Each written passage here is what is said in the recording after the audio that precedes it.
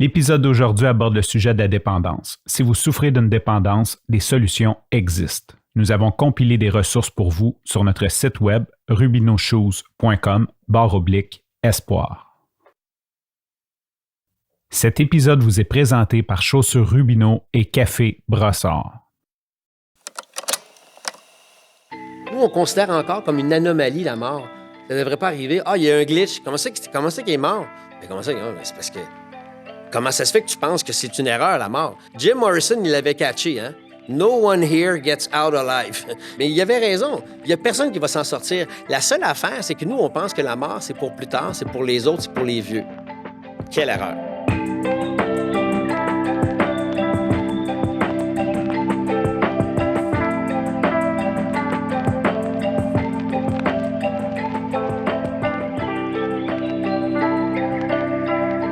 Bonjour tout le monde et bienvenue à un nouvel épisode de Grains d'espoir. Jean-Claude Télémac, bonjour. Bonjour, Marie-Pierre. Comment vas-tu? Ça va bien, toi? Angelo Rubino, boss. C'est moi, ça? Ouais. Ben écoute, je prends le compliment si c'en est un. Comment ça va, Marie-Pierre? Ça va bien. Je suis contente de vous retrouver, les gars. Aujourd'hui, un bien bel épisode qui se dessine devant nous avec quelqu'un, je crois, tous les trois, qu'on apprécie beaucoup et qu'on estime. Et avant de se lancer dans cette belle discussion, j'ai envie de rappeler aux gens que vous pouvez toujours vous procurer le café Grains d'espoir sur le site de rubinoshoes.com. Vous le savez, quand vous achetez le café, vous aidez directement des dépendants à accéder à des thérapies. On parraine 3 centres, la Maison Pellado, le Rucher et le Pavillon du Nouveau Point de Vue. Et c'est grâce à vous qu'il y a des dépendants qui peuvent réussir à se rétablir. Merci infiniment de votre générosité. Puis du café, bien, on en boit tout, puis on aime tout ça. Donc, pourquoi pas ne le boire pour une bonne cause. Angelo. Si bien dit, Marie-Pierre, merci. Aujourd'hui, là, on a le plaisir de recevoir un invité qui est très spécial. C'est un comédien, animateur, cinéaste, il est philanthrope et j'en passe. C'est aussi le fils du défunt ou feu Jean Lapointe, Yes. Jean-Marie Lapointe. Merci d'être là. Merci de l'invitation. Ça fait longtemps, qu'on t'invite. ouais, c'est Ouais. ça. Là, qu'est-ce que tu veux? C'est une question de timing, hein? Voilà. Et voilà. Victor Hugo, il a dit quelque chose de super beau. Il dit « Rien n'est plus puissant qu'une idée dont l'heure est venue. Ah, C'était aujourd'hui que ça devait se passer. moi, je crois à ça. Moi aussi. Est-ce qu'on peut dire merci aussi à André Leroux? C'est Ben, lui qui t'a amené ici. Tu lis dans mes pensées, André Leroux, qui c'est probablement un des meilleurs intervenants en itinérance à Montréal. Puis c'est un chum, justement, de ce podcast. Il vous connaît. Puis il a déjà participé d'ailleurs. Puis André et moi, ben, on est des chums. On s'est rencontrés, on s'est connectés justement avec la série Face à la rue. Et ça a été tout de suite un coup de foudre. Puis on est des chums depuis ce temps-là, depuis 2016-2017. Puis la particularité, c'est qu'aujourd'hui, c'est la journée André Leroux. Parce que avec des anges de la rue, on est allé faire la distribution dans la rue de chocolat, de café. Parce que André et moi, on avait une discussion à un moment donné, parce qu'à chaque année, c'est sûr que les gens sont généreux à Noël envers des personnes en situation d'itinérance, de pauvreté, et c'est parfait. Surtout que quand tu vis dans une certaine abondance, tu te dis, ouais, ben, on devrait peut-être partager ce qu'on a. Et Noël, c'est une des dates importantes. Puis c'est une date aussi où il y a énormément de souffrance dans la rue, où les gens ne sont plus en contact avec leur famille, leurs enfants. Les familles sont L'isolement se éclatées. sent L'isolement. présent, ouais. Exactement. Puis on voit cette souffrance-là. Donc, c'est sûr que l'élan de générosité que les gens ont, on le comprend, puis il faut continuer. Sauf que pendant 3-4 semaines, dans le temps des fêtes, là, il y a de la générosité. Mais l'itinérance, la pauvreté, la santé mentale, c'est 12 mois par année. C'est pour ça qu'on a eu un flash à un moment donné, mais il faudrait faire des activités à Saint-Valentin, il faut faire des activités à la Saint-Jean, il faut faire des activités à longueur d'année pour accompagner nos personnes de la rue. Alors, c'est ce qu'on a fait aujourd'hui. Puis là, aujourd'hui, ben là, André, il me dit, ben là, ta journée n'est pas finie. Tu vas aller faire un petit tour dans l'est de la ville, tu vas aller voir ma gang, puis on va aller faire un petit podcast ensemble. Alors, Merci d'être là. Merci Parce que d'être là. le sujet de notre balado là, ou notre podcast, c'est les dépendances, l'alcoolisme. Je pense que c'est un sujet que tu connais drôlement bien. Mm-hmm. Tu as perdu ta maman quand elle avait 49 ans Exact. de l'alcoolisme. Oui. Ton papa, qui a été un des fondateurs ou le fondateur de la Maison Jean Lapointe. Fait que s'il y a quelqu'un qui connaît le sujet, c'est sûrement toi, je pense, en tout cas au Québec. Ben, écoute, n'importe qui vit la problématique de la dépendance devient aussi un maître du sujet de par son histoire à lui. La seule chose, c'est que mes sœurs et moi, on a goûté à la dépendance comme victime collatérale à cause de nos 2 parents. Donc, c'est sûr que je peux t'en parler comme enfant d'une personne qui souffre de dépendance, mais il y a aussi le fait que t'as beau dire « Ah, moi, je suis correct. » C'est-à-dire, j'en veux tellement à mes parents, j'ai tellement été traumatisé que je tomberai jamais dans le trou, je tomberai jamais dans le piège. Estifie. C'est pas vrai. Personne n'est à l'abri. Il y a des gens qui ont des prédispositions, prouvées scientifiquement parlant, mais déjà, nous autres, là, mes sœurs et moi, on n'était pas tendance à prendre de l'alcool, mais je te dirais surtout que ce qui m'a tenu loin de ma première consommation, ma première substance, c'était la peur. J'avais peur de consommer. J'avais peur de virer comme mon père puis ma mère. Et qu'est-ce qui arrive quand il y a une absence de peur? Ben, la curiosité embarque. Puis là, tu te dis, hey, je vais l'essayer. Mais c'est quoi qui a causé le changement entre la peur et l'absence de peur? Il vient un moment donné où tu te sens, à une certaine étape dans ta vie, un peu plus maître de ta vie. Plus armé. Oui. Et je fréquentais une fille à cette époque-là qui, elle, n'avait aucun problème. Zéro problème de dépendance. Donc, elle, prendre un verre de vin, fumer un petit joint de temps en temps, il n'y avait aucun problème. Puis, je me sentais en sécurité à cette période-là de ma vie où, autour de 33-34 ans, en l'espace de quelques semaines, j'ai essayé tout. En fait, j'ai essayé le cannabis, puis j'ai essayé l'alcool. Attends, avant 33 ans, tu n'as jamais touché à rien? Non, Aïe, ça me tentait pas. Je J'étais pas du tout intéressé. J'avais pas envie de consommer. J'avais pas du tout la curiosité. J'avais encore Plus la peur. J'avais encore la peur qui m'empêchait de prendre ma première substance parce que j'associais à la mort ou à la déchéance ou à la perte totale de contrôle quand je regardais ma mère dans son véhicule, quand je regardais mon père. Puis je me dis, si t'es moindrement avisé, il y a des chances que t'aies hérité un peu de leur génétique. Donc, si tu touches à ça, man, tu vas tomber dans le panneau. Mais puis il y a aussi, moi, je t'ai déjà entendu dire, j'ai 2 vitesses, le turbo puis le reculon. C'est exactement ça. Fait que quelqu'un qui connaît pas les demi-mesures dans sa vie va malheureusement souvent pas les connaître non plus en consommation. Et ça, Marie-Pierre, ce trait de caractère-là, il est tellement pas répandu dans la dépendance, tu sais. De l'intensité à côté. Moi, je connais pas ça. Quand on arrête de consommer, c'est fini. Ah oui, ben oui. Ah ouais. Tu sais, il y a les traits de personnalité, puis il y a la substance, puis il y a les comportements. On peut en faire une thérapie, on va s'en reparler si vous voulez. Mais bref, ce qui est arrivé à ce moment-là, pour répondre à ta question, Jean-Claude, c'est que la peur a diminué pour laisser place à la curiosité. Et la curiosité faisait en sorte que je me sentais padé.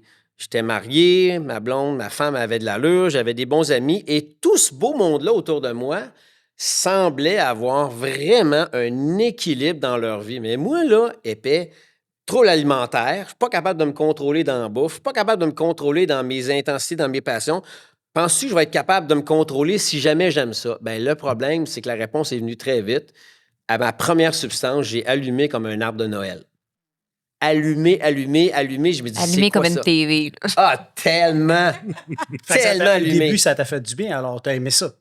Automatiquement, C'était quoi la première? cannabis, le fun que j'ai eu à consommer, ma première fois, j'ai buzzé à côté et je dis, c'est quoi ça?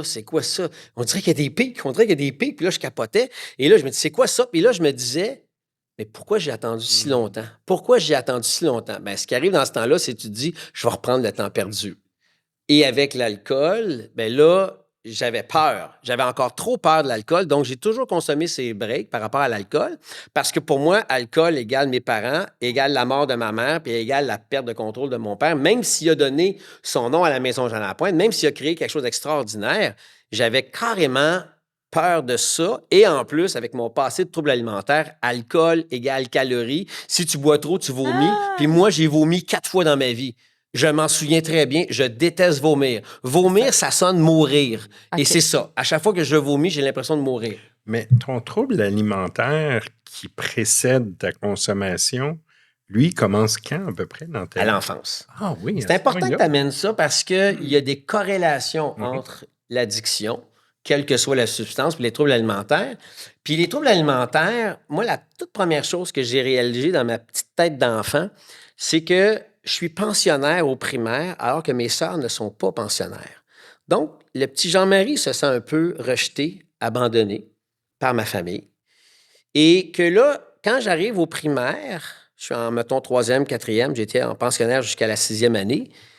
C'est drôle parce que sur la semaine, j'avais pas faim. J'étais pas bien, j'étais anxieux. Puis, il faut dire, j'ouvre une petite parenthèse, mais les souvenirs que j'ai de mon enfance m'arènent beaucoup dans l'anxiété, beaucoup dans l'insécurité, beaucoup dans la peur. J'ai grandi là-dedans. Donc, c'est sûr que plus tard, quand tu prends des consommations, oh mon Dieu, tu viens de trouver un beau remède là.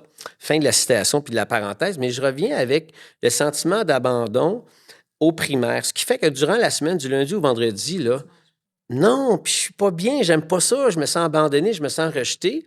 Et quand arrive la fin de semaine, enfin, je retrouve mes sœurs, mes amis, mon chien, et là, la sécurité embarque. Puis le dimanche matin, je commence à déprimer parce que je sais que le dimanche soir, il faut que je fasse mes valises, là. Donc, c'est pour ça qu'encore aujourd'hui, il y a toujours un petit down le dimanche. J'ai été programmé à être sur le down le dimanche, très, très, très, très jeune. Alors, ce qui fait que quand arrivait la semaine, je vivais de l'anxiété puis je me sentais pas bien. Et tu te rends compte que tes parents te mettent dans une école privée que tu n'as pas choisie, te font prendre des cours de musique que tu n'as pas choisi, même s'il y a des avantages. Là. On te fait porter un costume que tu n'as pas choisi, et là, on te force à être pensionnaire, puis tu n'as pas choisi ça. Là, tu as zéro fucking contrôle dans ta vie. Sauf sur ça. Sauf sa bouffe. Donc là, j'ai un contrôle sur ma nourriture, ce que je mange, ce que je mange pas. Donc, c'est là que c'est arrivé. Ça a commencé. Les racines ont commencé à pousser du trouble alimentaire dès le primaire. Arrivé au secondaire, ça s'est calmé. Puis là, c'était le contraire, parce que là, je n'étais plus pensionnaire. Là, j'ai outre-mangé. Là, j'ai pris du poids. Puis jusqu'au cégep aussi. Donc, jusqu'à l'âge adulte, jusqu'à l'âge de 27-28 ans, j'étais en surpoids. Puis, tout va bien. J'ai pas de trouble alimentaire. À ce moment-là, je mange de tout. Mais turbo, reculons, toujours avec la même intensité à chaque fois, jusqu'au jour où Marc-André Forcier, réalisateur québécois, m'offre un rôle.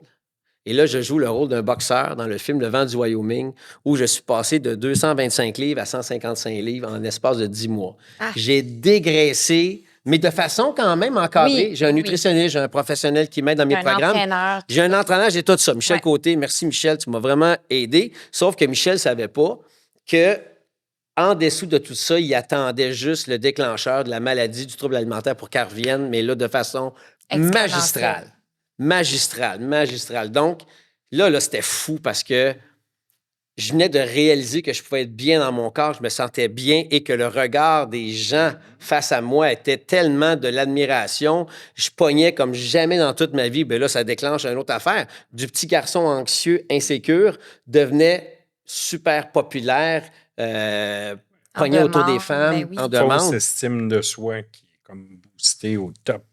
Ben oui, puis on voit pas ça dans les gyms, hein? Les troubles alimentaires dans les gyms, ça n'existe pas, tu sais. Il y a une affaire avec les troubles alimentaires, puis il y a des gens qui nous ont parlé, tu sais, des sujets qu'on devrait aborder. Il y a des gens qui font du OA, outre-mangeur anonyme. Puis à un moment donné, j'étais tellement curieux que j'étais allé assister à une rencontre. Puis je suis resté à la fin pour la discussion, puis je leur ai demandé comment tu fais pour pas consommer quand la nourriture, ben c'est essentiel. Moi, je peux choisir de ne pas prendre mon premier verre d'alcool, mais je peux pas manger. Puis là, ils m'ont donné les différents trucs et différentes choses. Puis je les trouvais tellement courageux. Juste d'admettre que tu as un trouble alimentaire, j'imagine que ça aussi, c'est tabou et difficile. Mais il y a deux branches de la dépendance, moi, qui me fascinent, en fait. Puis oui, les gens qui sont aux prises avec ces troubles-là, je sais pas comment ils font, c'est les troubles alimentaires et les troubles de dépendance affective. Et sexuelle. Parce que, ben oui, mais même affective encore plus, parce que être aimé et être aimé, puis aimer. C'est un besoin fondamental. C'est comme te nourrir. C'est comme te nourrir. Comme te nourrir. Oui, et c'est là qu'on trouve vraiment le point qui est, j'allais dire, dénominateur commun avec les substances aussi. L'alcool n'est pas un problème. Le cannabis n'est pas un problème. Le café, le sexe, la tendresse, la bouffe, il n'y a rien de ça qui est un problème. C'est toi. Qu'est-ce que tu as comme problème à l'intérieur qui fait que tu n'es pas capable d'avoir une relation harmonieuse avec ça? Puis ça ne veut pas dire que je règle mon trouble alimentaire et que je vais être capable de boire pour autant. Non. Sauf que moi, j'associe la dépendance et la guérison comme le cancer et la rémission. Moi, je me considère comme en rémission pour le restant de mes jours. C'est le constat que j'ai fait et c'est la première étape dans les 12 étapes. Toi, tu as fait des 12 étapes? Ben oui. Puis je les fais encore. Je les fais tout le temps, mes 12 étapes.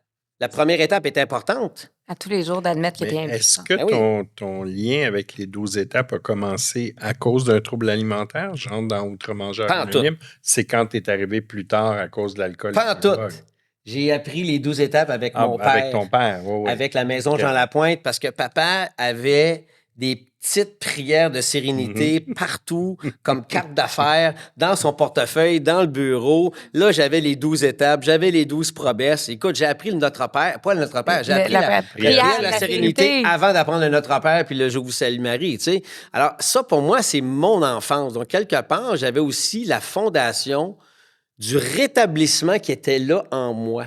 Donc, j'avais aussi l'autodestruction, mais j'avais aussi la rédemption puis la solution qui était à mes côtés. Tu n'as pas été obligé d'aller dans un meeting. Le meeting est venu chez toi. vous. Il était à la maison. Il était à la maison. Puis d'autant plus que papa, dans ses belles années actives dans son rétablissement avec la maison Jean Lapointe, le nombre de personnes qui appelaient à la maison, qui venaient aussi à la maison rencontrer papa, quand la porte du bureau se fermait, bien, je savais qu'il y avait un meeting one-on-one qui se faisait là, puis pas beaucoup de temps après, papa allait reconduire quelqu'un à la maison Jean Lapointe pour une thérapie, tu sais.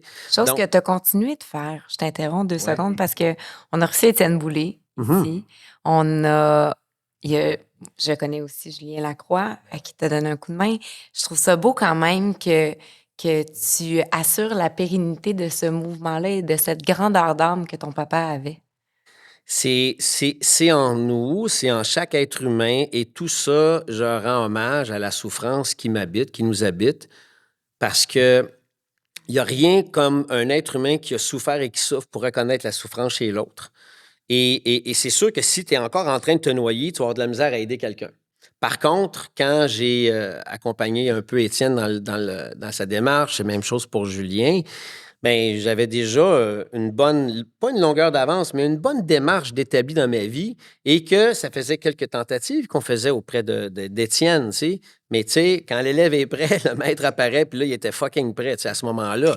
Mais c'est aussi mon père qui nous a appris ça à la maison, et c'est aussi le réflexe même que quand tu embarques dans le programme des 12 étapes, puis peu importe la structure de rétablissement que tu as choisie, c'est juste normal de tendre la main auprès d'une personne qui n'arrache et qui te demande de l'aide. Donc, oui, papa l'a fait, moi je l'ai fait, mais avant mon père, c'était Pierre Pellado. Pierre Pellado, je le dis, c'était quand même connu, c'était le parrain de mon père.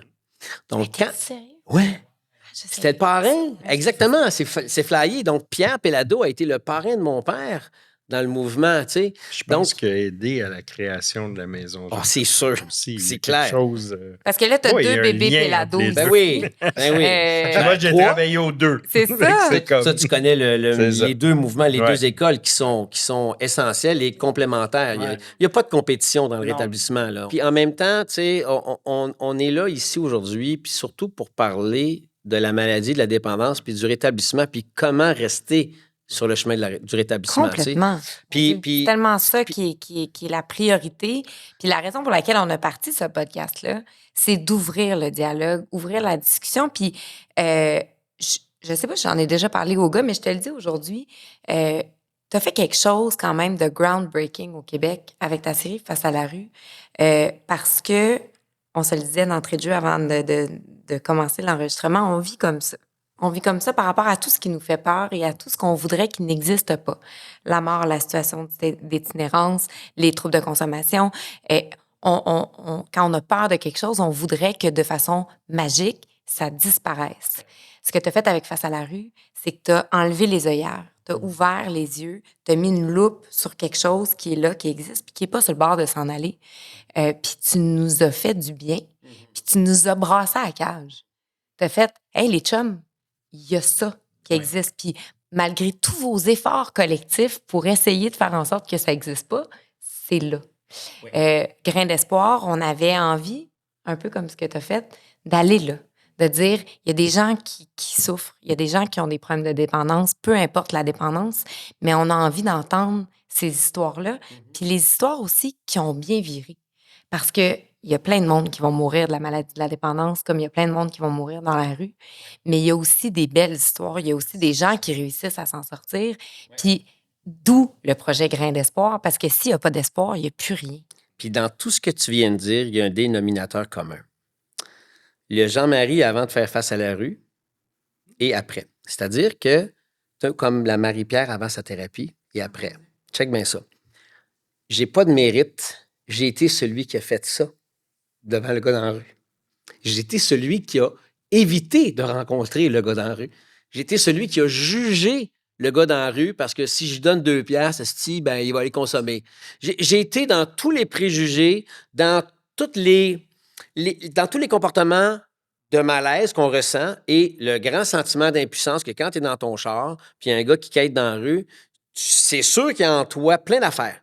Il y a de l'impuissance, il y a de la pitié, il y a du jugement, il y a dit j'aimerais ça faire de quoi, mais je ne sais pas comment, puis bon, tout ça. Et ça, c'est correct. Donc, tout comme la maladie de la dépendance, quand tu es dedans, tu souffres en maudit. Tu ne sais pas comment t'en sortir. Il y a encore du fun à consommer, tu n'as plus de fun. Tu es dans du déni. Tu sens dans toi qu'il y a un problème, mais tu n'es pas trop sûr. Puis, il y a la thérapie, il y a l'éveil, et après, tu te dis shit. Mais tous les gars et les filles que je croise, là, puis qui ont de la misère à arrêter de consommer, bien, je vais me servir de mon vécu pour tendre la main. Mais c'était la même affaire avec la série Face à la rue. C'est que comme mon regard a changé en face de ces gars-là et ces filles-là, je me suis dit, mais parce que c'est eux autres qui m'ont changé, il faut faire une série avec eux autres. Parce que moi, j'ai changé de comportement. Tu sais, on parlait d'André Leroux tantôt, qui est un intervenant. Bien, André, lui, il m'a aidé. Il m'a donné plein de trucs d'intervenant pour aller mieux aussi, être mieux outillé pour aller à la rencontre des gars et des filles dans la rue. Donc, je me dis, si on est capable de faire une série télé qui va permettre que quand le gars ou la fille dans la rue regarde la caméra et tu as l'impression qu'il te parle à toi, bien, tu vas avoir l'impression que moi, j'ai eu la même affaire que quand le gars, il m'a regardé puis il a commencé à échanger avec moi. Et là, j'ai commencé à comprendre qu'est-ce qui était arrivé dans sa vie pour qu'il se retrouve dans la rue. Mais là, j'ai changé. Là. Je suis passé du gars qui jugeait au gars qui comprenait. Et quand tu comprends, ben, tu es en mesure d'avoir de la compassion puis de la bienveillance. Donc, c'est ça le lien entre la thérapie puis la série Face à la rue. C'est la même affaire. Est-ce que tu penses que tu as un désir d'aider ou c'est un devoir d'aider? C'est la même affaire et je te dirais que c'est dans la nature fondamentale d'être humain que de tendre la main. Ça, c'est dans le réflexe humain naturel. Tu fais juste penser, mettons, que tu te promènes dans la rue. Parce que j'ai entendu ta question. C'est un devoir, c'est un désir, c'est un besoin. Oui, c'est tout ça. J'ai besoin de sentir que mon passage sur Terre va servir. Encore plus mon histoire de souffrance. Mais, tu sais, si tu te promènes dans la rue, puis tu vois quelqu'un devant toi qui perd l'équilibre et qui s'écroule à terre. Est-ce que tu penses que c'est une intention égoïste? Parce que l'autre question, c'est, quand je fais du bénévolat, c'est-tu égoïste? Quand je tends la main, c'est-tu égoïste? Hein? Non. La réponse, tu vas l'avoir tout de suite. Tu vois quelqu'un tomber dans la rue, là, qui a un malaise et qui s'effoire à terre, là, sérieusement, tu vas-tu aller à côté de cette personne-là, prendre ton téléphone, te filmer en selfie, lui faire un massage cardiaque, faire un clin d'œil à la caméra, puis dire c'est moi, je vais mettre ça sur Instagram, puis je vais me faire dire que je suis hot. Ben non. Tu vas intervenir, ça va prendre 30 secondes. Ah, même pas. Même pas. Qu'est-ce que ça veut dire? Ça prend pas 30 secondes. La personne, elle tombe, instinctivement, tu te garoches. Même pas 30 secondes, exactement. Donc, instinctivement, tu vas porter secours. Est-ce que c'est de l'égoïsme? Est-ce que c'est un besoin? De l'altruisme. Non, c'est de l'altruisme. Et ça, les bouddhistes, Mathieu Ricard, c'était le premier qui est un moine bouddhiste qui me l'a enseigné. Il m'a dit non, la nature fondamentale de chaque être humain, c'est de la bonté fondamentale. Et nous sommes faits. Hein? Je crois tellement à ça. Là. Qu'est-ce qui s'est passé sur les réseaux sociaux? Qu'est-ce que tu veux dire?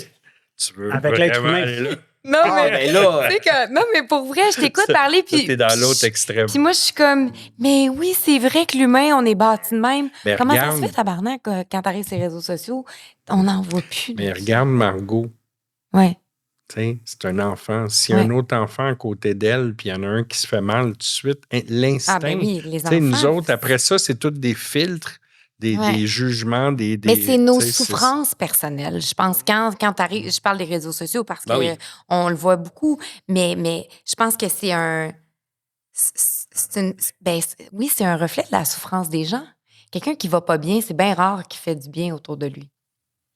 Donc, je pense que la grande vague de négativisme puis de l'espèce de grogne qu'on sent en ce moment sur les réseaux sociaux, je pense que c'est un restant de notre pandémie. C'est un restant de l'équilibre de santé mentale qui a été vraiment, vraiment atteint de façon collective. Puis, il faut se rappeler, en fait, moi, ton message, je le trouve important parce que quand on se le fait rappeler que notre Nature. Oui, que notre nature profonde, c'est la bonté, Oui. c'est l'altruisme, c'est d'aider son prochain, c'est d'avoir à cœur que les gens autour de soi aillent bien. Mais la bonté ne fait On pas de bruit. l'oublie. Mais c'est ça. La bonté Puis ne elle fait vend pas de bruit. Puis Généralement, c'est pas ça qui va attirer le plus de likes, Le plus de clics. le plus de clics au départ. Cependant, quand on conscientise puis qu'on se rend compte que ils ont fait des études sur la sérotonine, OK, puis sur la dopamine, puis c'est toutes les endorphines et tout ça, tous les neurotransmetteurs, puis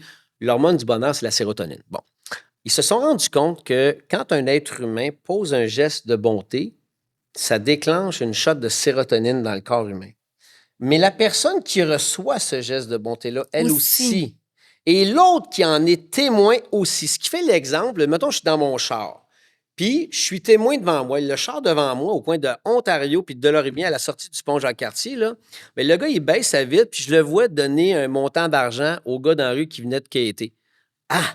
Bien, le gars qui a fait le geste, il a une shot de sérotonine. Le gars dans la rue aussi, puis moi, parce que j'en suis témoin. Ce que tu dis dans le fond, Jean-Marie, c'est on a arrêté de prendre des drogues, redonne, ça va te donner la même shot Un autre d'adrénaline. buzz. C'est un Ben autre buzz. C'est juste que Il est plus sain. Oui, mais c'est parce que la drogue, l'alcool, les substances, c'est un shortcut pour une récompense rapide. On appelle ça un hijack. C'est comme s'il y avait quick fix. un quick fix, ce qui fait qu'il y a, comme dans ton cerveau, là, le circuit des récompenses, il est un petit peu hijacké pour avoir une substance qui va te faire donner un buzz rapide. On s'entend, pour avoir un buzz, c'est plus compliqué de sortir de ton auto, pour aller au gym, faire 1 heure de sport, revenir chez vous, puis là, je buzz.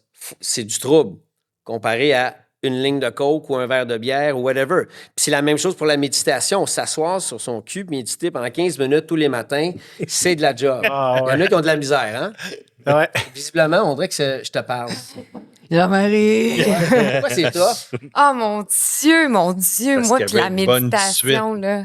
Moi, je vais être Elle va être bonne bonne tout tout de de suite. suite. Je vais être parfaite. Moi, je veux. On a eu un épisode avec, Oui, avec Nicole Bordelot. Puis, Une chance, elle était les gars, ils- confrontée un Hey, peu. moi, mais puis, c'est d'une évidence. C'est d'une évidence que la méditation, c'est la clé à cet apaisement-là, puis à retrouver un certain calme. À puis un équilibre. rentrer en contact avec Oui. cette personne-là qui nous Ouais. écrit. Tu sais. Ouais. Oui. Puis l'accueil, puis la bienveillance, mais ça s'apprend, mais c'est pas évident. Donc, tu veux être bonne tout de suite, ben tu devais être vite sur le party dans le temps, parce que quand tu veux un résultat rapide, tu devais être bonne à aller l'obtenir. Hein? Moi, j'étais une quoi tu championne du parles? monde du party. Moi. Ben c'est ça. Ben, c'est ça. Il faut C'est- se déprogrammer. Puis c'est si on ça. est capable d'apprendre, on est capable de désapprendre. Tu sais? Jean-Marie, j'ai envie de Jean-Marie. parler de ton parcours. Mon beau Jean-Marie. Bon. Il y a beaucoup de personnes qui nous écrivent, puis ils nous parlent des conséquences sur les enfants, de la Ouais. consommation. Puis j'ai un de mes amis là, que sa mère, c'était une alcoolique. Quand il a perdu sa mère, finalement, de l'alcoolisme, il m'a dit que c'était en même temps une genre de libération parce qu'il était tanné, il ne savait plus quoi faire, puis il était tanné de voir sa mère souffrir. Mhm. Toi, à 49 ans, là, ta mère, elle décède. Mhm. Puis ton père aussi a eu des problèmes de consommation. Ouais. Comment est-ce que ça a eu des conséquences, évidemment, dans ta vie, mais comment est-ce que tu as vécu ça? Puis qu'est-ce que tu dirais à des gens qui vivent ça? Bien, tu as soulevé un point important par rapport à la libération. Ouf, c'est enfin terminé. C'est vrai, on va le ressentir. Puis là, des fois, tu t'en veux de le ressentir. Tu te dis, comment on peut souhaiter la mort de quelqu'un? J'ai jamais souhaité la mort de ma mère. J'ai souhaité la cessation de sa souffrance. Malheureusement, dans son cas, c'était pas une thérapie, puis c'était pas des médicaments, puis c'est pas la méditation qui l'a aidé, c'était la mort. C'est ce qui l'a arrêté de souffrir de façon permanente, malheureusement. Ta maman a eu une consommation fulgurante. Ça a duré- Très peu de temps. Ça a été pas très long. Là. Non. Elle a commencé à consommer au début quarantaine, Oui. puis elle est décédée à 49 ans. Oui, exactement. Sa job à temps plein, du matin au soir, c'était de boire. Fallait-tu qu'elle souffre? Fallait-tu qu'elle ait un mal de vivre? Fallait-tu qu'elle ait de la colère? Fallait-tu qu'elle trouve comme médicament rien de plus puissant que son alcool? Alors, imagine, nous, on est là, mon père, mes sœurs et moi, sa famille, ses proches, et on assiste, impuissant, à une très lente noyade. C'est épouvantable. C'est épouvantable. Et à la fois, ça, je considère ça comme un cadeau mal emballé. d'avoir vu cette souffrance-là, et celle de mon père et la mienne, d'avoir vu cette dépendance-là, c'est ce qui me permet aujourd'hui d'entrer en contact avec une personne qui souffre et de ne pas être dans le jugement. Je la connais, la style de maladie. Je la connais dans mes entrailles, je la connais dans mes comportements, dans les dommages, mais je la connais parce que j'ai aussi causé du dommage. J'ai causé du tort à d'autres à cause de la maladie. Donc, c'est plein de cadeaux, ça. Et la mort de ma mère a été aussi un cadeau mal emballé parce que c'est ce qui m'a fait réaliser à 26 ans que la mort existe, ça fait mal quand tu perds un proche, puis que tu réalises que toi aussi, tu vas y passer. Tes proches aussi vont y passer, tes chiens vont y passer. Tout ce que tu aimes va avoir une fin et que toi aussi, tu vas y goûter. Donc, c'était un éveil face à ma propre finitude, ma propre fin de vie. Et à partir de ce moment-là, il y a eu une démarche hallucinante de prise de conscience, démarche spirituelle, ce qui m'a tranquillement amené à faire de l'accompagnement de fin de vie, principalement avec des enfants puis des adolescents. J'avais un appel pour aller là, je suis allé là, je le fais encore, et je sais que ces sujets-là, des fois, dérangent parce qu'on parle de la mort, particulièrement la mort d'un enfant, et surtout quand on devient maman et papa soi-même. J'ai la gorge toute serrée. C'est clair. Parce que tu ne peux pas imaginer perdre ton enfant. C'est sûr. C'est contre nature. Ah tu oui. dois partir avant. Mais au-delà de ça, contre nature ou pas, faudrait-il peut-être regarder notre rapport à la vie et à la mort? Parce que dans d'autres cultures, Ah oui, comme au Mexique, tu sais. puis au Tibet, Ben puis oui, dans d'autres cultures, c'est on que... célèbre la vie. Oui, mais la mort arrive à tout bout de champ. Nous, on considère encore comme une anomalie, la mort. Ça ne devrait pas arriver. Ah, il y a un glitch. Comment ça qu'il est mort? Mais comment ça? C'est parce que... Comment ça se fait que tu penses que c'est une erreur, la mort? C'est que c'est... Regarde, Jim Morrison, il l'avait catché, hein? No one here gets out alive. Lui, il l'avait catché. Mais il avait raison. Ouais. Il n'y a personne qui va s'en sortir. La seule affaire, c'est que nous, on pense que la mort, c'est pour plus tard, c'est pour les autres, c'est pour les vieux. Quelle erreur. Et c'est pour ça qu'on ne vit pas le moment présent. Voilà. Donc, le fait d'avoir commencé à regarder ma propre mort, donc d'apprécier encore plus ma vie, il y a eu un turbo qui s'est installé à l'urgence de vivre, l'urgence d'être en paix, l'urgence de régler ce que j'ai à régler, l'urgence de faire ce que j'aime, d'aimer ce que je fais et l'urgence d'être pleinement conscient dans l'inconfort comme dans l'abondance. Donc, c'est important d'être allumé puis d'être conscient. Donc, quand tu prends conscience de ça, ça t'éloigne de ton verre. Parce que je ne veux pas retourner là. Ben oui. Je prends conscience de ma propre fin, puis ça ne me tente pas de finir ma vie frostée, cross-side, ça ne me tente pas. Quand tu dis, là, moi, je suis allée. J'ai arrêté d'avoir peur, je suis devenue curieux, je suis allée consommer. Tu viens d'une famille où, justement, l'alcoolisme a tellement été présent. Comment tu fais pour être capable de mettre les breaks avec la personnalité que tu as? Par rapport à quoi? Par rapport À à... la consommation, à l'alcool. Tu dis, hey, je suis allée tenter le diable, je suis allée, j'ai Ouais. aimé ça. Moi, la seule question que j'ai, c'est comment t'as fait, Calvaire, pour revenir? Ben, c'est parce que pour moi, si je consomme, il n'y aura pas de fin, sauf probablement mon propre suicide, parce que je sais que je me connais. Si je recommence à consommer, peu importe la substance, ça va déclencher le diable en moi qui va en vouloir plus et que je vais faire que des obsessions. Je vais y penser 24 heures sur 24. Non, mais je te crois, mais à 30 ans, 34 ans, là, quand t'es allé, là, qu'est-ce que t'as fait? Comment t'as fait pour arrêter de consommer? Tu sais, comme t'es allé, c'est quoi le chemin que t'as fait? T'es allé faire du meeting? Oui, le meeting, mais tu sais, moi, j'ai commencé aussi à faire du sport de façon assez intense Ouais. et que c'est un mode de vie qui est incompatible avec le pétage de face que je faisais avant.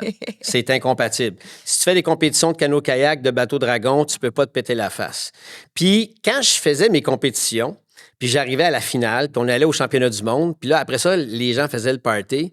Je voyais toutes les faces qui se défaisaient devant moi, là, parce qu'ils disent, les athlètes, c'est, tu sais, train hard, party harder, tu sais. Puis là, je voyais ça, puis je dis, oh mon Dieu. Là, je riais parce que j'étais là il n'y a pas si longtemps, mais moi, j'avais la chance de me souvenir de tout, puis le lendemain matin, j'étais vraiment en forme. Donc, pour moi, il y avait des gains. Alors, c'est ça l'affaire. Quand tu fais la première étape, nous avons admis à Dieu que nous avions perdu la maîtrise de notre vie, puis qu'on avait surtout... Impuissant. On était complètement impuissant. Donc, quand je prends conscience de ma première étape, moi, je suis impuissant face à ça, puis j'ai perdu la maîtrise de ma vie. Bon, mais c'est clair. Donc, une fois que j'ai fait ça, et là, je me dis, ben là, il y a un petit Christ en moi qui va avoir des récompenses.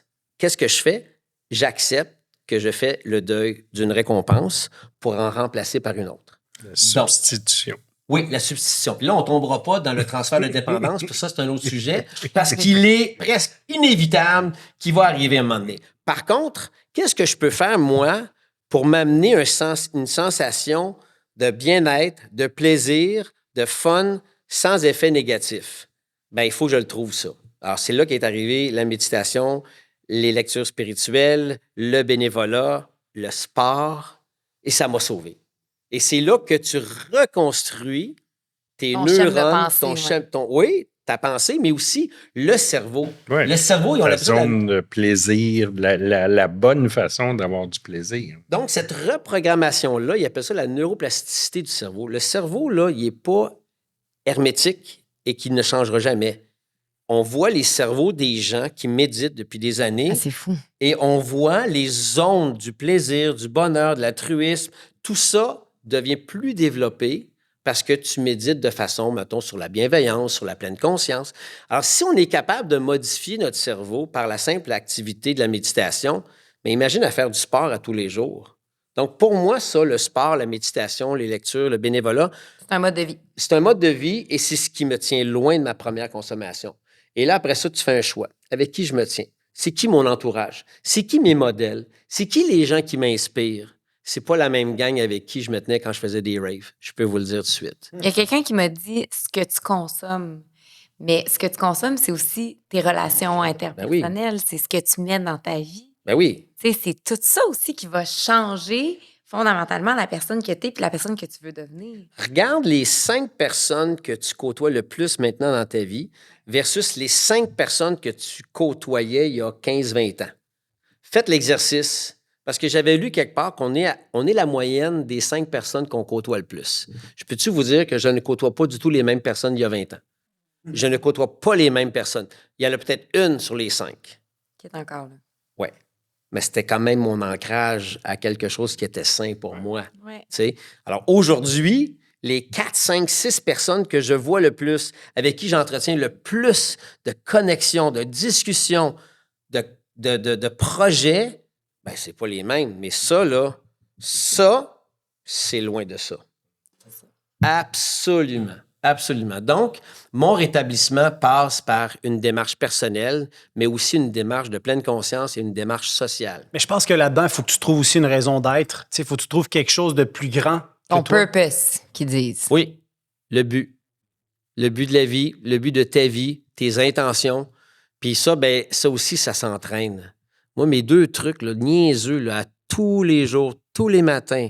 Le matin, quand je me lève, là, avant même d'aller faire mon pipi, même si ma vessie est full pleine, là, je me dirige vers la fenêtre, j'ouvre les rideaux, j'ouvre la fenêtre, je me pogne un estifi de bol d'air.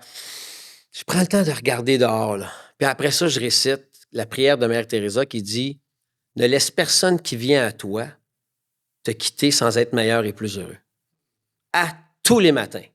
Ne laisse personne qui vient à toi te quitter sans être meilleur et plus heureux. Ça n'a pas besoin d'être une conversation d'une demi-heure avec une personne. Là. Des fois, c'est juste quelqu'un que tu croises à l'épicerie, un clin d'œil, une connexion, un texto, peu importe. Essaie de faire en sorte que, dans ta journée, accumule le plus de relations, de connexions qui vont faire en sorte que non seulement ça va te faire du bien, mais que tu vas déposer du bien dans l'autre. Moi, je commence ma journée comme ça, puis à la fin de ma journée, je fais la prière de la gratitude. Une petite pratique de la gratitude. J'ai même sur mon téléphone une alarme qui sonne à 10h moins 5 tous les soirs. Je me couche des fois avant ça, mais je suis déjà drillé. Puis ça, mais j'ai fait ça, j'ai commencé à faire ça il y a 5 ans. Donc, j'ai cette alarme-là qui sonne, puis que ça me dit « Dis merci ». Donc, à quoi je dis merci aujourd'hui? Le soir. C'est une dixième, ça, finalement. Ben oui, tout à fait. Tu fais un inventaire de ta journée. Tout à fait, exactement. Puis, c'est ce qui fait sa prière, c'est la 3e étape. C'est de reprendre l'engagement, encore aujourd'hui, de confier ma vie à des nouvelles valeurs, un nouveau mode de pensée. Tu sais, c'est... Donc, Mais c'est pas niaiseux. Ces 2 petits trucs niaiseux. C'est C'est simple. pas niaiseux. C'est pas niaiseux, c'est simple. C'est Ouais. simple. Mais c'est ça la nous- régularité. c'est ça, j'allais C'est dire. ça qui est C'est un payant. engagement. C'est ça. C'est ça qui est dur. Nous La autres, on est rigueur. bons pour des Ouais. sprints. Le rétablissement, c'est un marathon. C'est ça. Fait que c'est... Les quick fix, on est bien bons là. Ben oui. On a passé par-dessus un petit bout pour moi qui est toujours important. Ça a été quoi l'événement ou la suite d'événements qui fait qu'un jour, ta consommation te dit c'est assez? Ouais. L'inconfort. Je me suis écœuré de moi-même. Je me suis rendu vraiment inconfortable avec ma consommation. Je l'ai abordé un petit peu. Je trouvais que c'était aussi incompatible avec le mode de Ouais. vie. Et je me sentais hypocrite. Ça n'a pas de bon sens. Là. Ça n'a pas de bon sens. Comment je peux avoir un mode de vie sain en ayant des comportements malsains? Donc, ça, là, pour moi, c'était comme une connexion qui se faisait plus. C'est comme le paradoxe entre tes deux. Oui, mais l'écœur en titre de souffrir. Quand tu es écœuré De souffrir du comportement. Oui. OK. Peux-tu nous en dire un petit peu sur ces comportements-là? Es-tu confortable avec Ah ça? oui, mon Dieu, oui. Ben, écoute, un comportement vraiment simple, c'est que quand je fumais du cannabis à l'époque, à un moment donné, je commençais à avoir de la tachycardie. Mon cœur battait vite et je paranoïais. Je paranoïais. Avant, j'avais du fun à partir du moment où là, j'avais envie de consommer le rituel de te préparer, de rouler, puis tout le kit. Puis là, là, je le fume, puis là, j'avais du fun. J'avais du fun à partir du moment où je m'imaginais, là, il faut que j'appelle tel gars pour qu'il va m'en fournir, puis le kit. Donc, je trouve ça toujours délicat de parler de ça parce que des fois, ça peut être déclencheur. Hein? Quand on parle de consommation, j'ai pas envie que ça déclenche aux gens l'envie de consommer. Mais c'est pour ça que je veux tout de suite dire, c'est que moi, quand je consommais, quand je commençais à avoir des palpitations et que je paranoïais, j'avais l'impression que c'était écrit dans mon front que je suis gelé, puis que moi, j'avais un peu de fierté, je voulais pas que ça paraisse. Je me dis, mais ça n'a pas de style bon sens. Il est où le fun, là? J'avais zéro fun. Alors, pour moi... Mais tu le répétais quand même régulièrement. Ça n'a pas été long. C'est Jean-Claude, ça n'a pas été long. OK. Quand j'ai pris conscience que mon inconfort grandissait à la vitesse grand V et que j'avais pas de fun, je me dis, ça sert à rien de faire ça. Pourquoi je continue? Puis c'était la même chose avec le trouble alimentaire. Hein? Mon écœur en titre de me sentir prisonnier d'une prison sans barreaux. De savoir comment c'est que je suis pas capable de manger un biscuit sans vider la boîte. Comment c'est que je suis pas capable de prendre un petit bol de crème glacée sans vider le 2 litres. Pourquoi? Puis je suis entouré de gens qui avaient la capacité de prendre 2-3 biscuits, puis c'était réglé. Une poignée d'amandes, c'était réglé. Comment vous faites, asti? Ben, c'est parce que j'ai réalisé que je n'étais pas capable. Parce que je me privais trop. J'étais dans des longues périodes de privation pour arriver à un poids santé ou une shape que j'aimais, mais je m'étais privé pendant 8, 10, 12 mois de manger, mettons, de la crème glacée. Ben, quand arrive l'occasion d'en manger, ben là, c'est la récréation. Ça n'a pas de fond. asti. Comme un C'est fini. binge. Là. Ben, Ouais. c'était C'était un un binge. binge. C'était un binge. Donc, aujourd'hui, ce que je fais, c'est qu'à tous les jours, tu sais, comme on parle, par exemple, je ne pourrais pas faire ça avec la substance, mais je sais que la nourriture, c'est un besoin essentiel, nécessaire. Donc, ce que je fais, c'est qu'à tous les jours, je mets dans mon alimentation des aliments, hein? Des aliments surprises. Des aliments plaisir, des aliments surprises, que ce soit du chocolat, des chips, whatever, à tous les jours. Donc, à tous les jours, je me prive pas, je me gâte. Donc, ma relation avec la nourriture est telle que je mange pour me faire du bien et non pour me punir. Parce que, excuse-moi, là, manger des cannes de thon avec un demi-poivron vert, asti, pendant des mois, il n'y a pas de fun, là. Pas de vinaigrette en plus. Oh! Non, il n'y a pas de fun. Steak en baguette. Steak en baguette. Quand tu as fait l'entrevue avec ton papa, Oui. qui avait été tournée il y a 9 ans, Ouais. qui a été diffusée quand ton père est décédé, Mhm. il y a une question que tu as posée à ton père par rapport à son sentiment de culpabilité. Hmm. Puis la question que tu lui poses, je vais paraphraser, mais je pense que tu dis, est-ce que tu t'en veux de nous avoir fait subir ça Mhm. à moi, mes sœurs, Mhm. maman? Puis ton père, il esquive. Oui. Oui, c'est difficile pour lui, la culpabilité. Puis je pense que c'est au cœur de notre grande détresse de personnes qui souffrent d'une dépendance, c'est que ça peut t'amener à consommer encore plus. La culpabilité, elle est épouvantable, puis je te dirais que même elle est potentiellement mortelle. Combien de personnes qu'on a ramassées, ils se sont pendus, ils se sont enlevés la vie parce qu'ils sont rongés par la culpabilité. Puis ça, là, c'est tellement répandu dans le milieu de l'addiction. Puis je pense que papa avait sa façon de survivre, de vivre malgré ses démons, et ils étaient là. Et, tu sais, nous autres, les enfants, on la sentait, cette culpabilité-là. Moi, en tout cas, j'en ai été témoin. Je te donne un exemple. Tu sais, papa, à 18 ans, il m'a fait venir, quand j'ai eu mon anniversaire de 18 ans, il m'a fait venir dans son bureau. Puis il m'a dit, j'ai 2 choses à t'offrir. Il m'avait donné un montant d'argent pour mes 18 ans. Puis il m'avait dit, j'ai un secret à te dévoiler, c'est que papa a eu des enfants avant de rencontrer maman. Il y a eu des filles. Alors moi, je suis pas tant surpris, je vais vous dire, parce que quand tu as 18 ans, tu es au cégep, puis au cégep, moi, j'ai fait tout mon primaire avec la même gang, j'ai fait mon secondaire avec la même gang. Donc, c'est toujours les mêmes personnes que je croise. Mais quand tu arrives au cégep, il y a du monde de partout au Québec qui viennent au cégep, et j'entendais souvent des gens qui me disaient « Hey, je connais ta sœur. » Ma sœur, laquelle je n'ai 3. J'ai Marie-Yves, Catherine, puis Anne-Élisabeth. Non, elle s'appelle Marie-Josée. What the fuck, Marie-Josée? J'ai pas de sœur qui s'appelle Marie-Josée, là. Elle dit, hey, oui, c'est la fille de Jean Lapointe. C'est ma chum. Elle m'a dit que son père, c'est Jean Lapointe. Je me dis, tu parles d'une petite folle. Mais tu sais, dans ces années-là, les années 80, Jean Lapointe, c'est une méga vedette, là. Oui. Donc, c'est une menteuse. Ben moi, c'est une menteuse. Mais quand ça fait 50 fois que tu entends la même histoire de venir de 50 personnes différentes, un moment Le même prénom, là. Attends une minute, là. Qu'est-ce qui se passe? Alors, moi, par pudeur, je me ferme la gueule. Et quand mon père me fait venir à 18 ans à ma fête, puis il me dévoile ça, puis je dis, papa, je le savais. Et tu comment ça? Je dis, ben, je raconte l'anecdote. Tu sais, il y a plein de gens qui me disent qu'ils connaissent une fille qui s'appelle Marie-Josée. Puis il me dit, ben oui, c'est une des 3. Exactement. Donc, il m'a demandé, attends, je vais en parler éventuellement à tes sœurs. Laisse-moi faire ma démarche. Et là, on est genre en 1982-83. Mais imagine-toi, ça a pris 1996. Wow. Toutes ces années-là, comment t'as dit? Non, 80, on est à 82, donc 13-14 ans. En 1996, où la toute première fois, on s'est réunis, les 7 enfants. C'était notre cadeau pour mon père. Mon père nous avait demandé ce cadeau-là. J'aimerais ça qu'on se rencontre, tous mes 7 enfants. Et on l'a fait. C'était la seule fois. Et c'est la seule photo que nous avons. Les 7 enfants sont avec mon père. Et ça, là, j'ai senti, là. Parce que la culpabilité d'avoir abandonné sa première femme et ses 3 premières filles pour être avec ma mère puis d'avoir sa nouvelle famille, ça a été très, très, très, très lourd. Est-ce qu'il y a un lien entre ça Et sa et la consommation? Ben, regarde, posez la question, hein? Ben, disons que ça a dû faire du bien prendre un coup. Et Mais c'est- je Ouais. reviens à cette question-là que tu lui as posée. Hum. Qu'est-ce que tu aurais aimé qu'il te réponde? Parce que si tu lui as posé la question, c'est certainement que tu avais... Oui. Mais tu vois, moi, tu l'as bien nommé, ça fait 9 ans de ça. Entre ce moment-là et aujourd'hui, le petit Jean-Marie a fait du cheminement.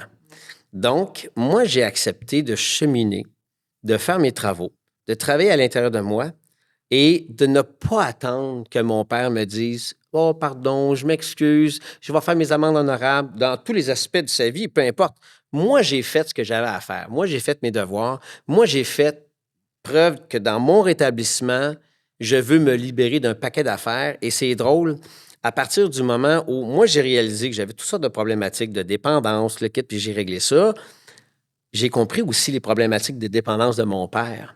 Donc là, je n'étais plus dans le jugement, je n'étais plus dans les attentes. J'étais juste dans « Papa, moi, je t'aime comme t'es, où tu es. » Pas là où tu devrais être selon mes critères à moi. Moi, j'accepte de cheminer pour moi.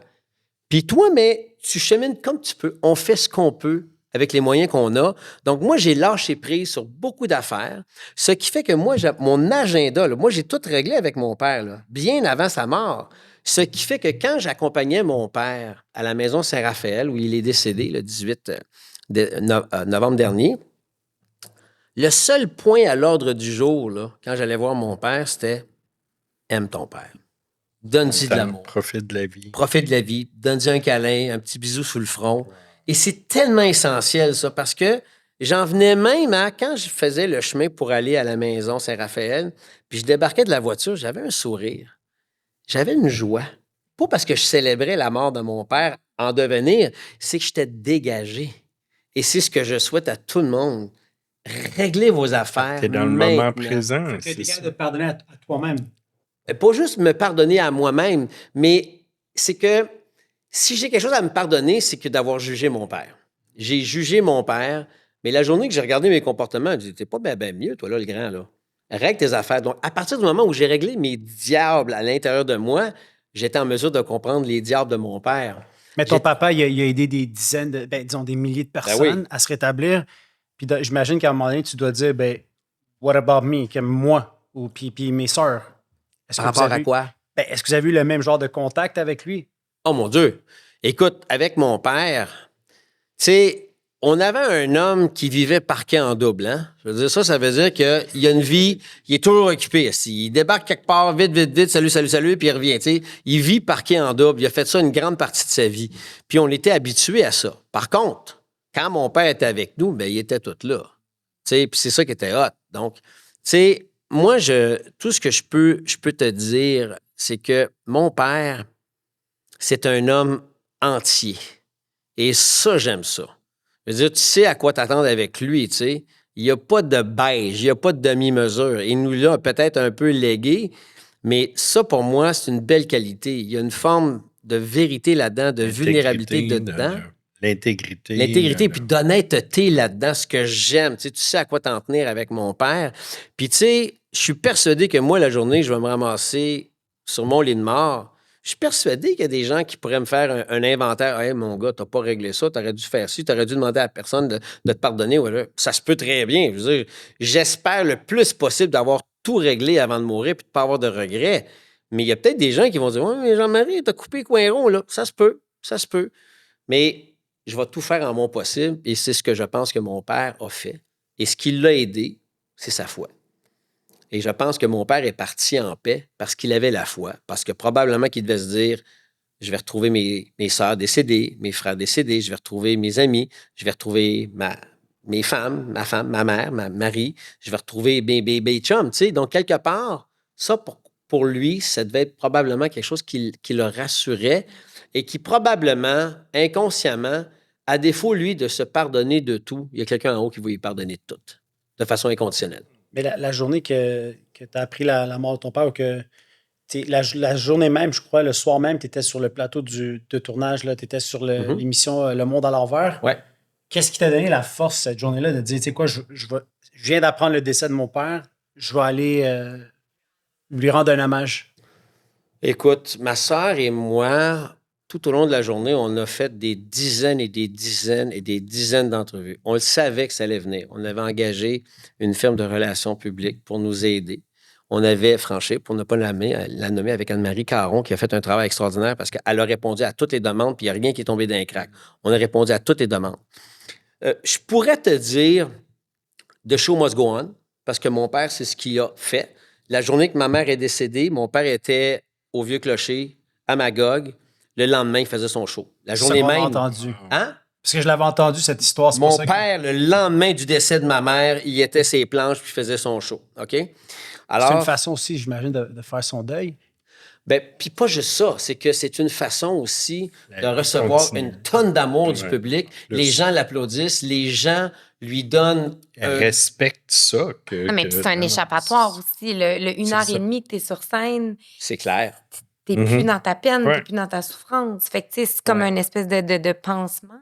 Sûrement, mais en même temps, tu te fais applaudir puis tu te fais dire « Je t'aime, Jean, on t'aime, Jean ». Mon père avait besoin d'amour, c'est bien évident. Il venait de perdre le grand amour de sa vie. Mais moi, je pense qu'il y avait de ça. Oui, le show must go on, puis le kit, mais nous autres, on le savait que ça s'en venait. On était préparés. Ma sœur Anne-Elisabeth et moi, on savait qu'il allait y avoir un tsunami de demandes. Et puis, tu sais, à chaque fois, encore aujourd'hui, tu me poses la question. Aujourd'hui, quand je parle de mon père, il y a une joie qui est en moi. Je ne suis pas dans une lourdeur. Alors, même les heures qui ont suivi le décès de papa, j'étais déjà en paix. J'avais réglé ce que j'avais à régler et j'étais prêt à ce que papa ne soit plus vivant. Je le savais que ça allait arriver. C'est pas pareil comme quand quelqu'un meurt subitement d'un accident. C'est pas pareil quand toi, tu n'es pas prêt à vivre sans ton proche qui va mourir. Moi, c'était autre chose. Donc, tout ce que j'avais à faire, c'est posez-moi les questions. On va parler d'une personne que j'adore. Ça va être facile à faire, là, tu sais. oui. Et surtout, les gens étaient tellement contents qu'on leur donne une entrevue, qu'on passe du temps avec eux. Les gens étaient contents, ils nous remerciaient, ils étaient privilégiés. Puis, tu sais, en même temps, là, Ça t'est peut-être déjà arrivé là, de parquer ton char dans un banc de neige, tu essaies de sortir, ça ne marche pas. Tu es dans la merde, ton char il est pogné dans la neige. Essaie de te déprendre tout seul. Mais quand on est 4-5 à te pousser, puis à te sortir du banc de neige, c'est un peu plus facile, hein? Mais c'est la même affaire avec le deuil. On est 4, 5, 8 000, 10 000, 1 million à nous aider, à nous supporter dans la perte d'un être plus grand que nature qui a marqué le Québec. Personnellement, moi, je suis riche d'être supporté. Donc, d'aller faire une émission de télé, là, c'est de vivre mon deuil avec vous, mais vous le vivez avec moi. Oui. Puis on le sent, les gens nous regardent, puis hey, on l'aime ton père. Ben merci. Merci de me le dire, parce que moi aussi, je l'aime, mon père. Puis on est une gang à célébrer mon père, on est une gang à le pleurer ensemble. J'aime mieux ça que de pleurer tout seul mon père dans le salon, personnellement. Hein? Mais ça, évidemment, je pense que tout le travail que tu as fait depuis des années, justement, sur accompagner des gens dans la mort, Ben oui. ça t'a aussi, puis ça t'a armé pour... Ça m'a préparé. C'est ça. Parce que ça fait pas moins mal. Non. Mais, Non. mais c'est ça. Et mieux un petit peu armé mieux pour faire outillé. face. Ton rétablissement aujourd'hui, à part ta petite prière le matin, puis ton autre petit truc de la soirée, ça a l'air de quoi? Une semaine, un mois dans la vie de Jean-Marie? Ben, je me respecte. Je me respecte, Jean-Claude. Puis c'est sûr que si je suis invité à un party puis il va y avoir de l'alcool, ça se peut que je parte bien de bonne heure. J'aime pas côtoyer les gens cross-side. Ça me dérange pas d'aller à un souper puis que les gens prennent un verre de vin. C'est bien correct. J'ai pas de misère avec l'alcool des autres. J'ai de la misère que si moi je consomme, là, je vais être dans la merde. Donc, quand je sens que le quotient intellectuel moyen du groupe autour de la table commence à dropper au fur et à mesure que l'alcool s'accumule. Moi, j'appelle ça la loupe. Allô? Oui, tu sais, du looping. Là, Ouais. là la personne, elle te conte une histoire la première fois, là, puis elle est bonne son histoire, puis là, elle t'en repart une deuxième shot, puis là, elle t'en repart une troisième shot. Et là, c'est comme, bon, ben, go time! Là, tu résonnes comme un tambour, le grand. Je vais y aller, c'est merci, bonsoir. Donc, je me respecte, puis je me dis, de toute façon, passer 10 heures, 10 heures et demie, les choses intelligentes, ça fait longtemps qu'elles ont été dites, souvent Oui. dans des parties. Pas tout le temps, mais souvent. Puis moi, je sais que si j'ai à me lever le lendemain matin à 5 heures pour aller au gym, j'ai besoin de partir assez tôt. Donc, mon rétablissement, c'est de me tenir loin de mon premier verre, de la règle du 4 secondes. J'imagine que vous en avez parlé souvent ici, du 4 secondes. Respirer 4 secondes, Non. retenir 4 secondes, non? Non, Vas-y la règle du 4 secondes, c'est que quand je commence à me vendre l'idée que je serais peut-être capable de consommer, puis là, je m'imagine en train de rouler un joint ou prendre un verre, il faut pas que ça dure 4 secondes. Faut que j'arrête, faut que je change cette pensée-là par une autre pensée. C'est la loi du 4 secondes. Et puis même dans mon cas, parce que je suis fou, 2 secondes et demie, c'est suffisant. Sans masse. Oui, Ouais, mais en donc, thérapie, il dit souvent là, 4 secondes. Tu veux parler de consommation 4 secondes. That's it. ben oui, mais Ah oui, parce je que savais 4 pas ça. Oui. Puis le 4 secondes sert aussi à, quand tu commences à alimenter une idée de ta propre consommation, essaye d'arrêter tout de suite ça en dedans de 4 secondes. Et ce que je fais aussi, ça, ce qui m'aide beaucoup, c'est d'appeler avant. Moi, j'ai des amis dans mon rétablissement, j'ai un parrain, j'ai des chums, j'ai du monde avec qui je peux ventiler les pires esti niaiseries qui se passent dans mon cinéma maison.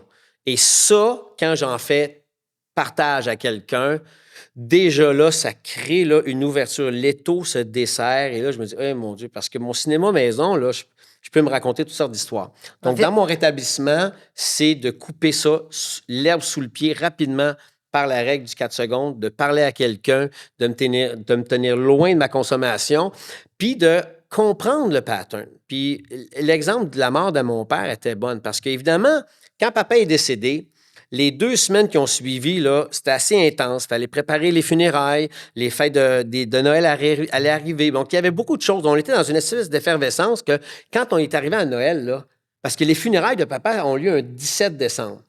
Donc, ça, c'est une semaine avant Noël. Puis, on sait que le 24 ou le 25 décembre, on s'en va tout le temps à la maison Jean-Lapointe, mon père, ma soeur et moi. On va rencontrer les résidents. Donc là, c'est la première fois qu'on allait le vivre sans mon père. Donc, après le 17 décembre, là, on a crashé. Mes soeurs et moi, on était brûlés. Je faisais 3 siestes dans une journée. J'étais fatigué. J'étais brûlé raide. Puis, il m'est arrivé à un moment donné, j'ai pensé, oh mon Dieu, tout le monde me parlait là, du CBD, puis là, la SQDC. Puis moi, j'aimais ça, consommer du cannabis. Hey, ça fait plus de 15 ans, là. J'en ai jamais consommé. Mais par un moment de grande vulnérabilité, j'étais fatigué, j'étais dans mon deuil, j'étais brûlé, j'avais mal partout. Puis on me disait, écoute, il y a de la science derrière ça, le CBD, ça marche, c'est correct, c'est bon, parfait. Alors moi, je commence à me vendre l'idée. D'un push-push ou des Ouais. petites gouttes. Ouais. Hey, c'est Asti. bénin, bénin. Ben oui, puis en plus, je veux pas de THC. S'il n'y a pas de THC, c'est correct. Je commence à regarder sur le site de la SQDC, puis là, je commence à magasiner. Puis là, je me vends l'idée, je devrais être capable. Moi, je vais être capable. Puis là, je vois ça, il y a du THC. Il dit, mais s'il n'y en a pas beaucoup, je devrais être correct. Calisse de merde, excuse. Mais à un moment donné, j'ai arrêté. Je dis, qu'est-ce que tu fais là, le fou? Là? Qu'est-ce que tu fais là, le fou? Moi, je peux pas aller à l'SQDC. Je peux pas demander à quelqu'un d'y aller. Ça me tente pas d'aller chez les réserves autochtones, aller m'acheter de la substance du CBD ou des gummies ou whatever. Alors, j'ai dit, arrête. Alors, j'ai réalisé après coup, fatigue, le deuil, la tristesse. Alors, tu sais, là, le halt. Le célèbre Angry, halt. Angry, angry, lonely, tired. tiredness, c'est ça. Le halt, H-A-L-T. Alors, dis, attends un petit peu. H-A-L-T, halt. Hungry. Hungry. Donc, quand Quand t'as t'as faim. faim. T'as faim, t'as soif, t'as faim. Angry, Angry quand t'es fâché. quand t'es fâché, ressentiment. Elle, lonely, Ouais, Tu t'en quand- sens seul. Ouais. c'est ça. Puis T pour tired, quand t'es Tiredness. fatigué. Fait que t'avais comme un peu tout ça. là. J'avais tout ça. Ouais. J'avais T'avais tout ça. faim. J'avais. Ben, exactement. Ben, viens Puis, nourrir dis- ça, c'est parce que c'est ça. Oui, On c'est sait ça. Donc, ça, là, c'était un truc important pour moi dangereux. pour répondre à ta question aussi. Ça fait partie de mon rétablissement. Donc, c'est des petits trucs que je me donne et je me rends compte que, ben oui, j'avais tous les critères. Donc, j'ai pas, évidemment, j'en ai pas consommé. Sauf que je me dis, hey, mon Dieu, même après 15 ans, 16 ans, 17 ans, Jamais guéri. ah non. D'où, retour à une des premières choses que je vous ai dites au début du podcast, je suis pas guéri, je suis en rémission. Mais je vis pas stressé Elle est comme avec belle, une épée cette de Damoclès. image-là. Elle est Hein? tellement belle, cette Oui, image. je l'aime parce que on dirait que la personne qui a eu un cancer, qui est passée par les différentes étapes de la radio et de la chimio, et que là, pendant les 1 an, 2 ans, on dit jusqu'à 5 ans, elle est en rémission. Bien, je voudrais jamais perdre de vue que ma rémission fait partie de mon rétablissement et c'est ça qui va me tenir loin de ça. Je ne serai jamais guéri. Mais il y a ce côté-là, mais il y a aussi, il me semble, quand je vois ma vie en disant je suis en rémission, on dirait que l'urgence de vivre vient de monter d'une coche. Ben, les gens en Tu sais, rémission, c'est ils ont comme- cette urgence-là. Ben oui. Puis, Il me tu sais, tu as semble. parlé tantôt de mon beau-frère, là, François Carl, Ben qui oui. a eu un cancer à l'âge de 5 ans. Ouais. On dirait que lui, sa vision de la vie est différente de la mienne. Lui, là, les Ouais. petits problèmes, là, exemple, j'ai un flat. Une crevaison. Une crevaison. C'est Lui, ce que c'est j'allais pas dire. la fin du monde. Là. Il a déjà vécu pire. Est-ce que tu penses que nous, les alcooliques, on a une vision de la vie qui est différente on les appelle les Monsieur- moldus? ouais, les madame. moldus. Les quoi? moldus. Les moldus, moldus. ça, c'est dans Harry Potter. Harry C'est ceux qui Potter. n'ont pas de pouvoir Ceux magique. qui ont pas de- Ouais, Les- ouais. les normaux, Les mortels. Les simples mortels. Nous, on est mortels, mais on n'est pas simples. Ben, Tout probablement, sauf mais je te dirais, toute personne qui a vécu une grande souffrance, une grande détresse, des grands deuils, des grands traumatismes, quand les gens réapprennent à vivre, là, ils deviennent très conscients. Donc, cette qualité de conscience-là qui nous habite, je pense que ça fait partie de notre établissement, puis ça devient un allié important. J'ai vous dire que c'est un cadeau. Ben oui, Tu sais, tantôt, tu disais. cadeau là, mal emballé. Oui, tu disais c'est un cadeau mal emballé. Ça, Ouais. c'est un cadeau. Puis, tu sais, si tu prends la conversation hors contexte, tu fais, oui, c'est un capoté, lui. De quoi qu'il parle? C'est un cadeau, c'est un cadeau. Alcoolique, Mais- il est content. Oui, Ouais. mais c'est vrai que c'est un Ouais. cadeau. Mais je vais Moi, donner un exemple qui va te faire freaker parce que je sais que tu es une jeune maman. Jean-Pierre Chiasson, le fondateur de la clinique Nouveau Départ. C'est un ami pour moi. C'est un allié, puis c'est un être extraordinaire. Il a 80. Jean-Pierre a eu le malheur de perdre son fils David par suicide. OK? Et lui-même me dit que c'est un cadeau mal emballé. Je dis, t'es fou, asti. Comment tu peux me dire que ton fils s'est suicidé et est devenu un cadeau mal emballé? Elle dit, ça a changé ma vie. Ça a changé ma vie parce que David souffrait en silence et je n'avais pas détecté cette souffrance-là. Aujourd'hui, là, je me méfie. Je vois des gens rentrer dans mon bureau en consultation et je détecte. Je détecte le non-dit. Il a fallu que Chris qui perd son fils. Mais il a perdu son fils.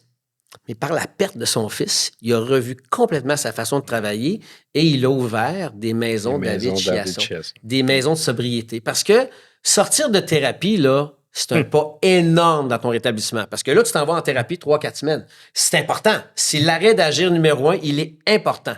Mais une fois que tu es sorti, là, si tu retournes dans ta job, si tu retournes dans ton couple, si tu retournes dans tes habitudes, et il y a encore du toxique là-dedans, le taux de rechute... Si tu as juste enlevé l'alcool, Ben ouais. mais que ou les autres substances, Tout mais le que reste est là. le reste n'a rien changé.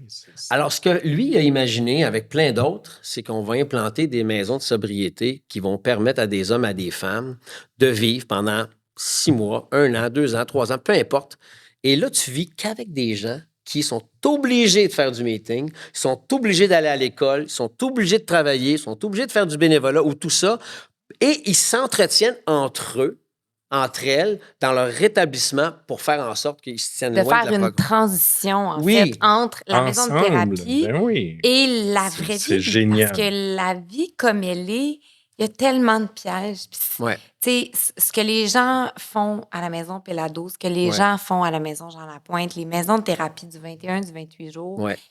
même il y en a d'autres qui font du 3 mois, du 6 mois, c'est impératif que ça existe. Ben oui. C'est essentiel parce que ça peut devenir le début de belles Ben, histoires. c'est l'arrêt d'agir, comme Jean-Marie l'a dit. Mais c'est pas un Finalité. gage de succès Mais c'est à pas 100%. Non. T'sais, fait que c'est pour ça que des maisons comme celle-là peuvent venir pallier à quelqu'un qui a besoin dans ce moment-là de sa vie de dire « Hey, moi, je suis pas capable, je me sens pas armée pour y retourner dans mon appartement puis retourner Ben ça, avec c'est mon... si tu en as encore un. Parce qu'il y a beaucoup de Ben gens oui, en moi thérapie. Moi, je connais très bien les maisons. J'ai un ami qui était directeur des maisons chez Asson. Tu as perdu ta femme, ta Tout. job, tout ça, tu n'as plus rien. Tout ce que tu as, c'est ton petit bague de rétablissement de 1 mois d'abstinence. C'est comme, là, il faut que tu reviennes dans la réalité. Là. Et ça, cette espèce de chaînon manquant dans le milieu du rétablissement était vraiment majeur et il ne serait pas là sans la mort de son fils. Donc, encore une fois, l'expression du cadeau mal emballé, on ne voudrait jamais perdre un enfant, mais on appelle ça de la résilience. Tu sais, Viktor Frankl, qui a été un psychiatre qui a survécu au camp de concentration à la Deuxième Guerre mondiale, avait dit que l'on pouvait survivre toutes les souffrances pourvu qu'on y trouvait un sens. Ben là, Jean-Pierre a trouvé une rédemption, puis il a trouvé un sens à la perte de son fils, parce qu'il y a des centaines et des centaines de personnes qui sont en vie grâce aux maisons de rétablissement, des maisons de sobriété. Donc, ce que j'ai envie de dire, peut-être, je sais pas, on doit achever, là, mais c'est surtout de dire que c'est peut-être un cadeau et que toute souffrance peut devenir un sens. Et c'est là que je trouve que la maladie, tu l'as dit, la dépendance, fais-en une alliée, fais-en une force, fais-en quelque chose qui va t'aider non seulement à aller mieux, mais à être capable de détecter plein de gens autour de toi qui souffrent de dépendance, qui n'osent pas en parler, mais ce que toi, tu es capable de détecter, tu as un 6e sens, tu as du pif, là. On est capable de le voir, on le sent, là, ces choses-là, tu sais. Ça, c'est un cadeau. C'est pour ça qu'avec nous autres, tu sais, entre nous autres, avec votre podcast, on peut faire du bien, tu sais. Et on ne sait pas sur qui que ça tombe à un moment donné, hein? Que non. Jamais. Tu sais. On sait jamais. Moi, j'ai juste une chose à dire, puis c'est Amen. Parce que merci de tout ce que tu nous as dit aujourd'hui. J'ai l'impression c'est comme une prière, en fait. Je suis vraiment habitée de tout ce que tu nous as partagé. Merci de ta transparence, de ton humilité, de ton grand cœur, de tout ce que tu fais, de l'homme que tu es. Je suis full émue. Merci. T'es fine. Non, je suis pas Merci fine. beaucoup. J'ai pas besoin d'être fine. T'es fine. Je- T'es fine de le dire. Mais je trouve qu'il y a des gens qui sont importants. Ton papa l'a été pour plein de monde.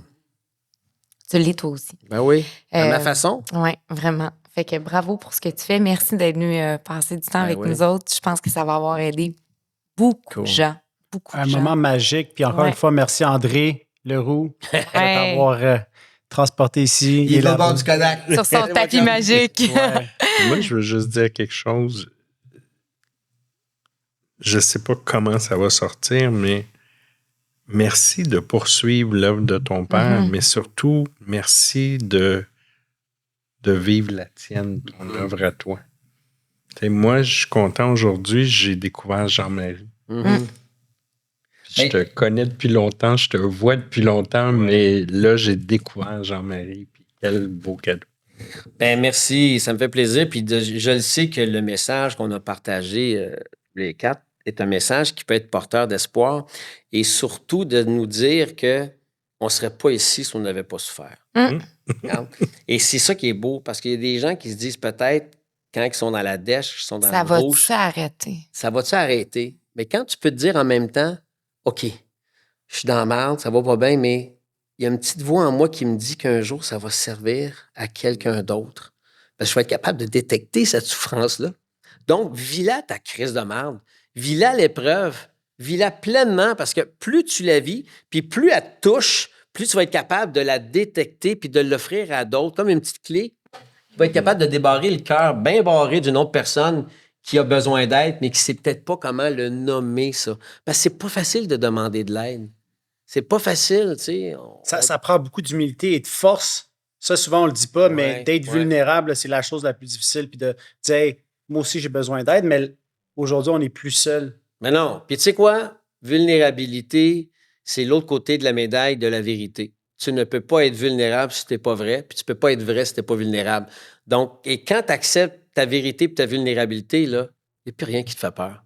Tu ne regardes plus en arrière, tu ne regardes plus en avant, là. Y a-t-il quelqu'un qui va. Mais non, tu es vulnérable, tu es vrai, you're good. Ça devient une force. Tu as commencé le podcast en parlant de peur, puis là, tu viens de finir en disant j'ai plus jamais peur. Oui. Ben, j'ai peur de ça, Stick. J'ai peur de Mais ça. ça, c'est parfait. Good. J'ai peur de ça. Garde ça de même. Mais quand j'assume ma vérité, puis quand j'assume ma vulnérabilité, puis quand je l'offre à d'autres, que ce soit dans un projet, que ce soit dans une discussion, il n'y a pas de peur là. Merci. Wow.